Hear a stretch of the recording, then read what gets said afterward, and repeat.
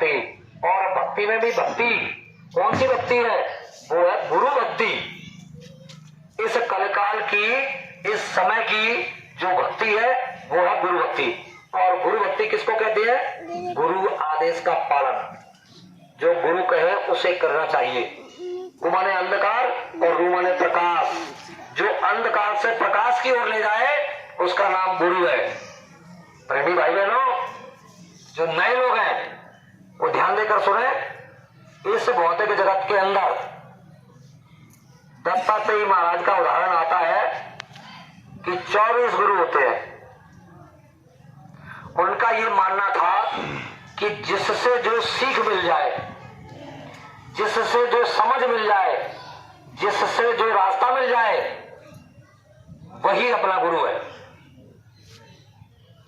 संत मत की दृष्टि से 7 गुरु होते हैं। कितने गुरु होते हैं? 7, जिसमें से 4-5 तो आपके स्वतः ही हो जाते हैं, जिनका आप पे भान भी नहीं होगा। नए लोगों को देखिए, पहले गुरु कौन से होते हैं? पहले गुरु पिता और माता, जो है रक्त बीज के दाता। माता पिता को पहला गुरु बताया गया। जिन्होंने ये मानव तन मनुष्य शरीर दिया है वो पहले गुरु है। दूसरा गुरु भई व दाई गर्भवास की मैल छुड़ाई। पहले के समय में जब बच्चा बच्ची की उत्पत्ति होती थी घरों में, तब दाई को बुलाया जाता था और वो घर में आती, पहला स्नान वही कराती थी। इसलिए उसको संत मत की दृष्टि से दूसरा गुरु माना गया। बारी आती है तीसरे गुरु की। तीसरा गुरु नाम धरा। पहले बिरवत नाम संस्कार होता था। किस समय में बच्चे की उत्पत्ति हुई है, कौन सा दिन है, कौन सी घड़ी है, कौन सा पल है, क्या तारीख है, ये सब नोट करके फिर पंडित के पास जाते थे। फिर उसके हिसाब से उनका नाम संस्करण होता था। अब ये 3 गुरु सबके हो गए। जन्म भी मिल गया अंधेरे में, स्नान भी हो गया अंधेरे में। क्या आपको पता है जिस बच्चे का जन्म अस्पताल में हुआ है और फिर उससे पूछा जाए कि वो दूसरे नंबर का गुरु होता है और वो कौन था, तो कहां ढूंढेगा उस गुरु को? तीसरा गुरु नाम धरा। अब जन्म प्रमाण पत्र मिलता है, बच्चे का जन्म होता है हॉस्पिटल में, और वही नाम रखना होता है। क्योंकि नाम नहीं रखोगे तो वो कागज जमा नहीं होंगे और फिर जन्म प्रमाण पत्र जो बनता है बच्चे का वो तुम्हें मिलेगा नहीं। इसलिए तुरंत वहां निर्णय लिया जाता है कि क्या नाम रखे, क्या नाम रखे, और फिर वो नाम रख दिया जाता है वहां आपस में सलाह करके। अब आती है बारी चौथे गुरु की।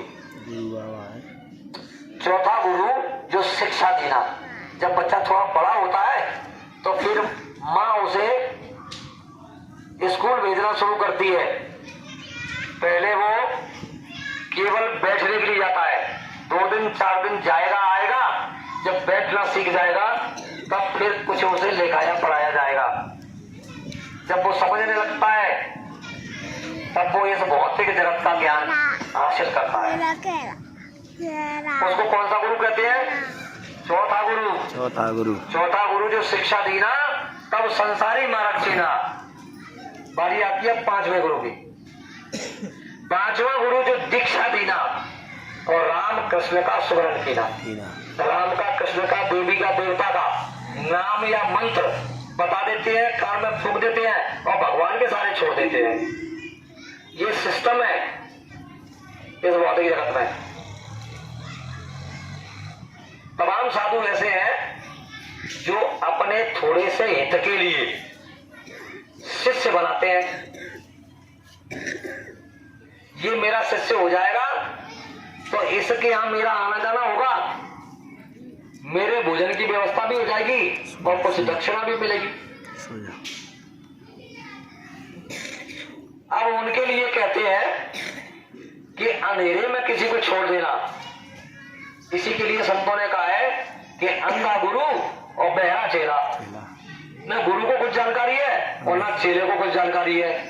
और फिर उन दोनों का क्या होता है, वही नरक में ठेलम ठेला।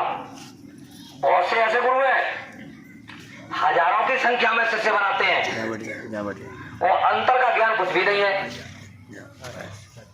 देवी देवता किस लोक में रहते हैं, ब्रह्मा विष्णु शंकर का लोक कौन सा है, ईश्वर के लोक का नाम क्या है, वेद शास्त्र जिस ब्रह्म सत्ता का बखान करते हैं उस सत्ता का नाम क्या है, वो कौन से देश में रहती है, वो कुछ भी नहीं जानते।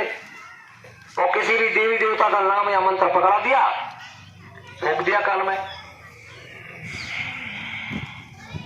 नहीं भाई बहनों, ऐसे गुरुओं के लिए कहा गया है कि झूठा गुरु अजगर बने और लख 84 जाए और शिष्य सभी चैटी बने, फिर नोच नोच कर खाए। बड़ा विचित्र खेल है उस परमपिता परमात्मा का।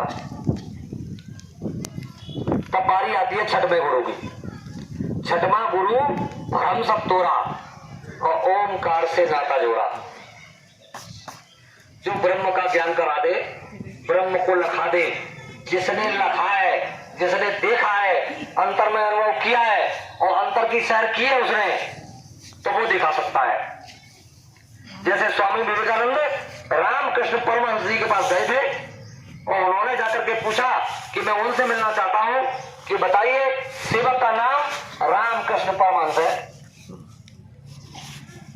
मेरे लिए क्या सेवा है कि मुझे किसी ने बताया कि आप भगवान को प्राप्त कर चुके हो। तो उन्होंने कहा अच्छी बात है, क्या मुझे आप भगवान का दर्शन करा सकते हो? बोले हाँ। और उस समय वो अपने खेत में धान की पौध रोप रहे थे, वो पानी में खड़े थे, बातचीत चल रही थी। तो जब उन्होंने पूछा कि बताइए उसके लिए कितना समय लगेगा, कि बस जरा सी देर लगेगी, समझ में आ जाए तो। उन्होंने पौधा एक इधर से उखाड़ा और इधर लगा दिया। बोले बच्चा कितना समय लगा इसमें? तो बोले इसमें तो कोई समय नहीं लगा, बस इतनी देर में भगवान की प्राप्ति हो जाएगी। बोले ये कैसे संभव है? मैं तो इसके लिए यानी वर्षों का समय गुजार चुका हूं। पहले इसको समझो, इस काल माया के देश में हमारी तवज्जो, हमारी आस्था, हमारी भावना जुड़ी हुई है और इधर से इधर होने का मतलब है कि इस संसार से अलग होकर के और उस परमार्थी रास्ते पर चलना सीख लो, उससे जुड़ जाओ तो बड़ी जल्दी भगवान की प्राप्ति हो जाएगी। वो गुरु, उसके अंदर वो पावर है कि अगर वो खुश हो जाए तो उसे कोई समय नहीं लगना। ऐसे गुरु के लिए बाबा जय गुरुदेव जी महाराज ने कहा है। और जिस नामदान की बात हो रही थी अभी, तो नामदान के लिए प्रेमी भाई बहनों, हर कोई इस नाम के भेद को बता नहीं सकता। बताने वाले बहुत हैं, आज भी इस भौतिक जगत में बता रहे हैं। एक जगह होती है दोनों आंखों के मध्य भाग से अंदर, लंबे समय से जो कनेक्शन, जो तार सतयुग में जुड़ा हुआ था, वो तार हमारे ही कर्मों के कारण गंदगी आने पर, आवरण आने पर, पर्दे दर पर्दे कर्मों के पड़ने पर वो तार कट हो गया, ग्रंथि लग गई। उसी के लिए गोस्वामी जी कह रहे हैं, छोड़त ग्रंथ पाव जो कोई और तब यह जीव कृतार्थ होई। जो नामदान देते हैं वो अंतर में उस काम को करते हैं कि जो गठान लग गई है ना, उस गठान को खोलते हैं नामदान देते वक्त। और वो नामदान क्या है? परमात्मा के आदि के 5 नाम। उन 5 नामों का भेद आपको वो गुरु इधर बैठे हुए शरीर से जरूर नजर आएंगे, लेकिन वो शब्द गुरु होते हैं। हर किसी के अंदर में बैठकर उस ग्रंथि को खोलकर और जोड़ते हैं और भौतिक जगत से ऊपर से वो नाम भेद जो ऊपर के 5 नामों का भेद जो बताते हैं कि ये दलित किस देश में रहते हैं, इनके मुंह से कौन सी आवाज निकलती है, इनका नाम क्या है, स्टेप बाय स्टेप बताते हैं और फिर पूरे सिस्टम को समझाते हैं, तब ये नामदान होता है। ऐसे ही नामदान नहीं हो जाता कि किसी के पास चले गए और उन्होंने 5 नाम बता दीजिए। हमारे यहाँ एक व्यक्ति, हमारा ही गुरु भाई, वो बताता है 5 नाम। इसी भारत देश के अंदर ऐसे 16 लोग हैं जो नामदान देने का काम करते हैं। तो प्रेमी भाई बहनों, ये रहस्य बड़ा गूढ़ है। गुरु आदेश में जो भक्त काम करता है, जब गुरु देख लेता है कि इसने मेरे सामने और अंतर की चढ़ाई कर ली है, उस नाम धन को प्राप्त कर लिया है, तब गुरु स्वतः ही उसके लिए आदेश कर देते हैं, फिर कुछ नहीं छुपाते। बाबा जय गुरुदेव जी महाराज से हमारे दादा गुरु ने कहा कि बच्चा तुम ये काम करो, प्रेमियों को भगवान के भजन करने का रास्ता बताने का। तो ये मना करते रहे, काफी समय तक इन्होंने मना किया कि हुजूर ये मेरे बस की बात नहीं है और मैं ये नहीं कर पाऊंगा, ये काम किसी और को ही सौंप दीजिए, ये काम किसी और को ही सौंप दीजिए। जब 2-4 साल निकली और उसके बाद गुरु जी ने कहा कि अगर मुझे ये पता होता कि मेरे आदेश का पालन नहीं होगा तो मैं किसी और को ही सौंप देता। तब गुरु महाराज ने कहा कि जब आदेश वाली बात है तो हुजूर बंदा हाजिर है। क्या आदेश है मेरे लिए कि मैं तुम्हें बताता हूं और तुम ये जीवों को जगाने का काम करो। तब बाबा जय गुरुदेव 10 जुलाई 1952 को गुरु आदेश में निकले और बनारस में जाकर के 2 व्यक्तियों को भगवान के भजन करने का सच्चा रास्ता, जिसके लिए कहा गया है कि कलयुग योग यज्ञ नहीं गाना, एक आधार नाम गुण गाना।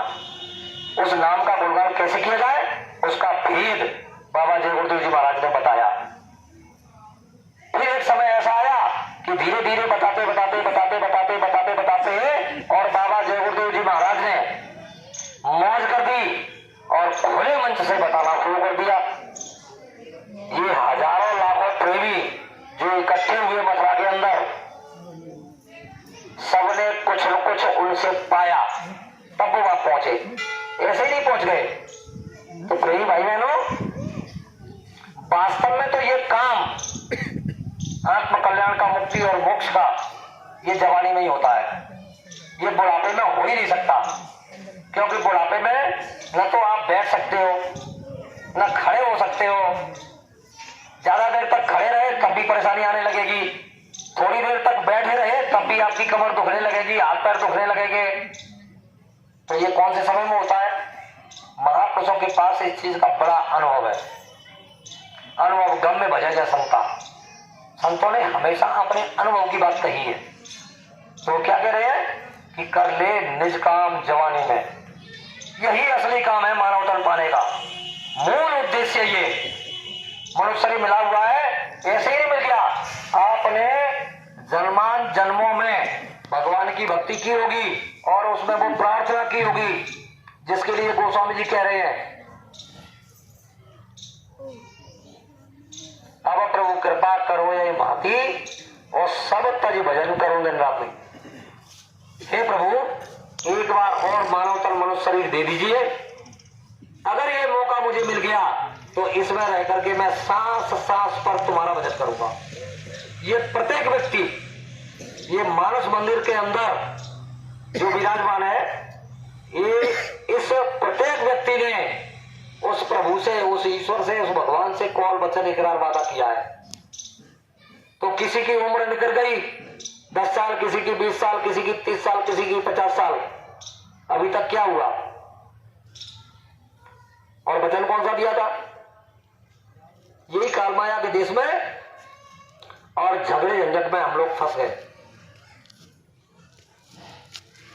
करना कुछ और चाहिए था, कर हम कुछ और रहे हैं। अब बाबा जय गुरुदेव जी महाराज जानते हैं हमारी हकीकत, कि ये किस तरीके से कर पाएंगे। तब उन्होंने कहा कि देखो मेरे पास आने वाला बच्चा पहले अपना खेती, दुकान, दफ्तर, मजदूरी, नौकरी ये सब करो, मैं किसी को रोकता नहीं, क्योंकि ये नहीं करोगे तो फिर कलह कलेश पैदा हो जाएगा। आर्थिक, जिसे रुपया पैसा कहते हैं, ये आर्थिक धन की अगर उत्पत्ति नहीं है तो झगड़े ही झगड़े।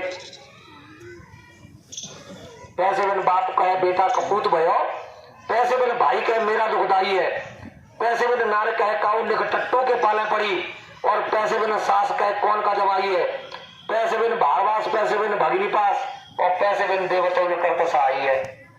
पैसे की बड़ी माया है प्रिय भाई बहनों, लेकिन बाबा जयगुरु जी महाराज ने बड़ा सरल मंत्र दिया है कि तुम ये दुनिया का काम भी करो उसमें रह करके, और उसके साथ साथ अपने परमार्थ को भी कमाओ, जिससे धीरे धीरे कोई भी मजदूर सुबह घर से निकला और शाम को मजदूरी करके लौटा तो उसकी मजदूरी के अनुसार किसी को 300 रुपए, किसी को 400 रुपए, किसी को 500 रुपए, किसी को 1000 रुपए, जैसा जिसका काम है और उसको उसकी मजदूरी मिलती है। जब वो मजदूरी करके आता है इस भौतिक जगत के धन की, तो उसे बड़ा संभाल के रखता है, और कोई मेहनत मजदूरी नहीं करता हो तो माँ बाप उसे फ्री में उसे खर्चा मिलता हो तो वो तो उड़ाएगा। उसे क्या पता कि मेहनत कैसे की जाती है और ये कैसे धन आता है। तो बाबा जय गुरुदेव जी महाराज कह रहे हैं कि जैसे इस भौतिक धन को प्राप्त करने के लिए सुबह से शाम हो गई और चोटी का पसीना तले निकल गया, तो फिर ये भगवान के भजन करने का जो धन है, जिसे अध्यात्म धन कहते हैं, परमार्थी धन कहते हैं, तो ये परमार्थी धन कैसे चाहते हैं सब लोग? मुफ्त में। गुरु महाराज दया कर दो, हमसे भजन होता नहीं है, क्या करें क्या नहीं करें, बड़े परेशान हैं।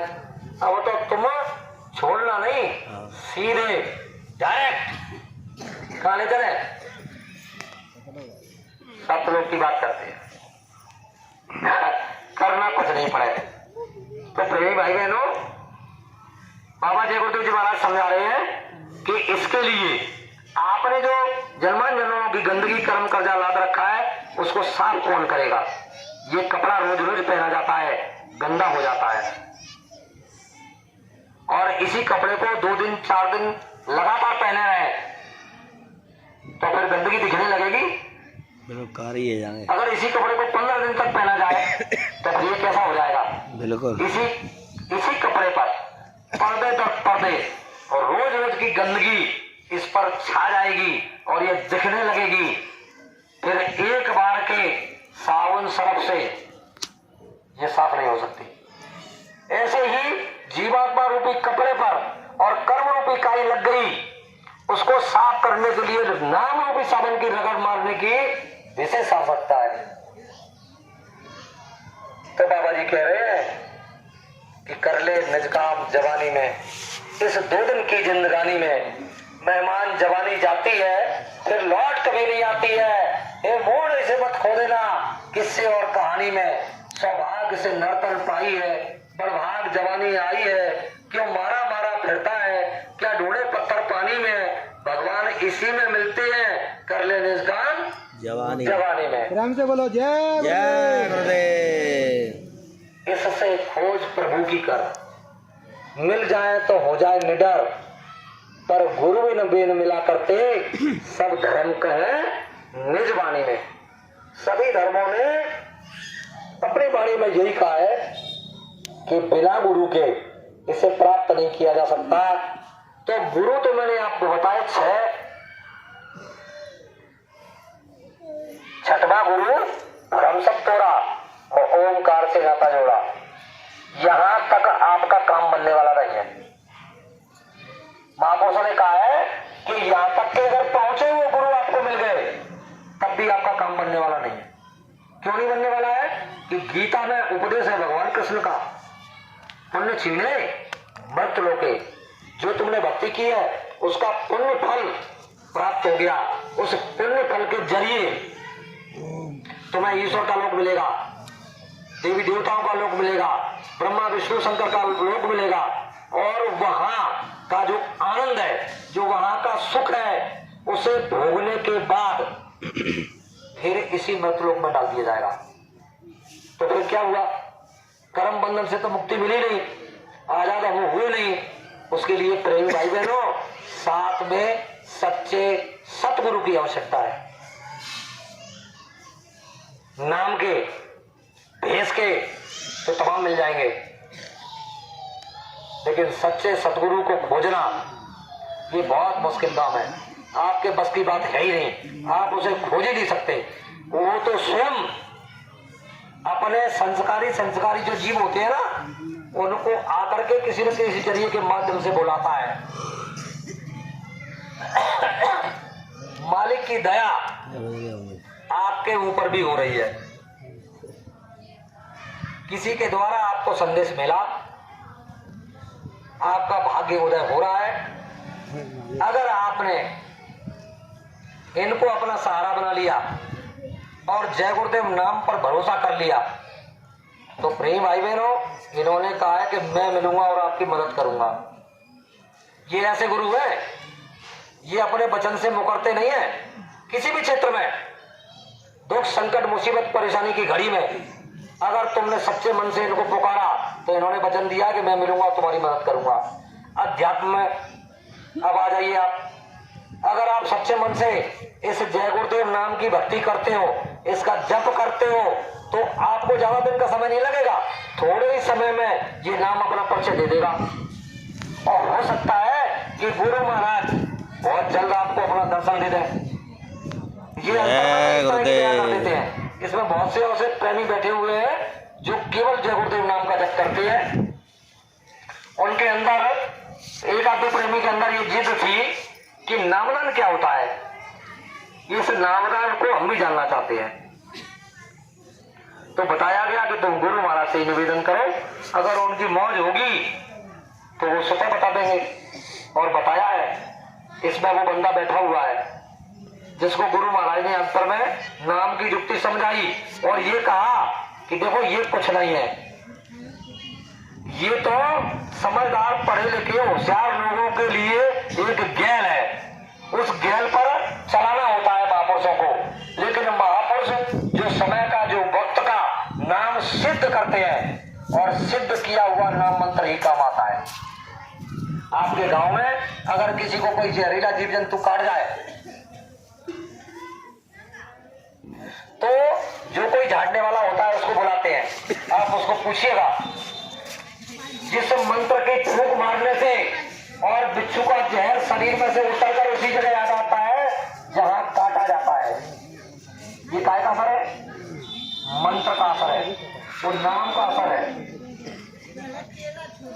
यही बाबा जय गुरुदेव कह रहे कि जय गुरुदेव नाम समय की घड़ी है। इस जय गुरुदेव नाम को अगर तुमने समय से याद किया, सही तरीके से याद किया, तो मालिक की दया हो जाएगी तुम्हारे ऊपर भी। और जब दया हो जाए, परिचय मिल जाए, तो फिर तुम इसे सहारा बना लो और जय गुरुदेव नाम की 8 मालाएं रोज सुबह और रोज शाम एक समय बना लो कि मुझे सुबह इतने समय करनी है और शाम को इतने समय करनी है। ये विशेष ध्यान रहे कि घर गृहस्थी का जब समय हो, घर के कामकाज का समय हो, तब आपको ये साधन वजन नहीं कर रहा है। नहीं तो फिर आपके परिवार में झगड़ा हो जाएगा। वो तुम्हारी पत्नी ये कहेगी कि ये पता नहीं किससे कौन सा रास्ता लेकर के आ गए, इधर सुबह स्नानी करनी है और ये भजन को बैठ जाते हैं। ठंड का समय है और मुझसे होती नहीं है, तो झगड़ा शुरू। और जहाँ झगड़ा शुरू हो गया, प्रेमी भाई बहनों, भक्ति नहीं बनेगी। इसलिए घर के अंदर शांति होना चाहिए, प्रेम होना चाहिए, श्रद्धा होनी चाहिए, भक्ति होनी चाहिए। समय का सही सदुपयोग करें। ये बाबा जय गुरुदेव जी महाराज खुले मंच से समझाते हैं। यहाँ ये लोग आते हैं, ये 7 दिन का कुछ जिम्मेदार प्रेमियों का संकल्प था कि